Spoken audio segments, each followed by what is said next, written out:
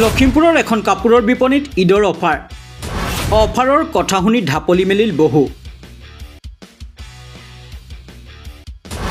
পিছে কাপোৰ কিনিবলৈ নহয়, প্ৰথমে চাওক এইসমূহ মন্তব্য।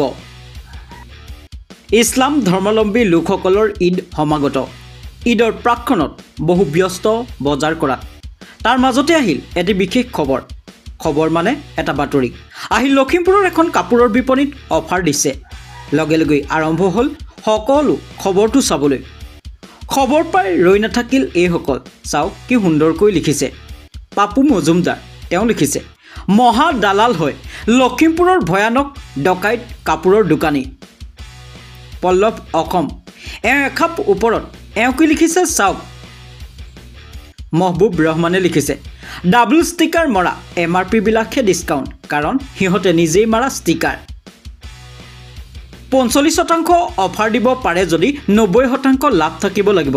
এয়া আমি কোৱা নাই, এয়া কৈছে মুক্তি দত্তই। ये सब क्या देखना पड़ रहा है? अच्छा है मैं अंधा हूं। ফৰিজুদ্দিন বাবুলে কৈছে 2000 কাপোৰ 500 লাগে, ডাইৰেক্ট মিছা কথা। প্ৰভাত বৰাই লিখিছে ডকাইত দোকান। দিল্লাৰ হুছেইন তেওঁ সকলোতকৈ ওপৰত। এইবোৰ মিছা নিউজ। কাপোৰ দোকান মানে ঈদত 70ৰ পৰা 80% প্ৰফিট। এতিয়া সিদ্ধান্ত আপোনাৰ। এই কমেণ্টসমূহ আছিল আপোনালোকৰে।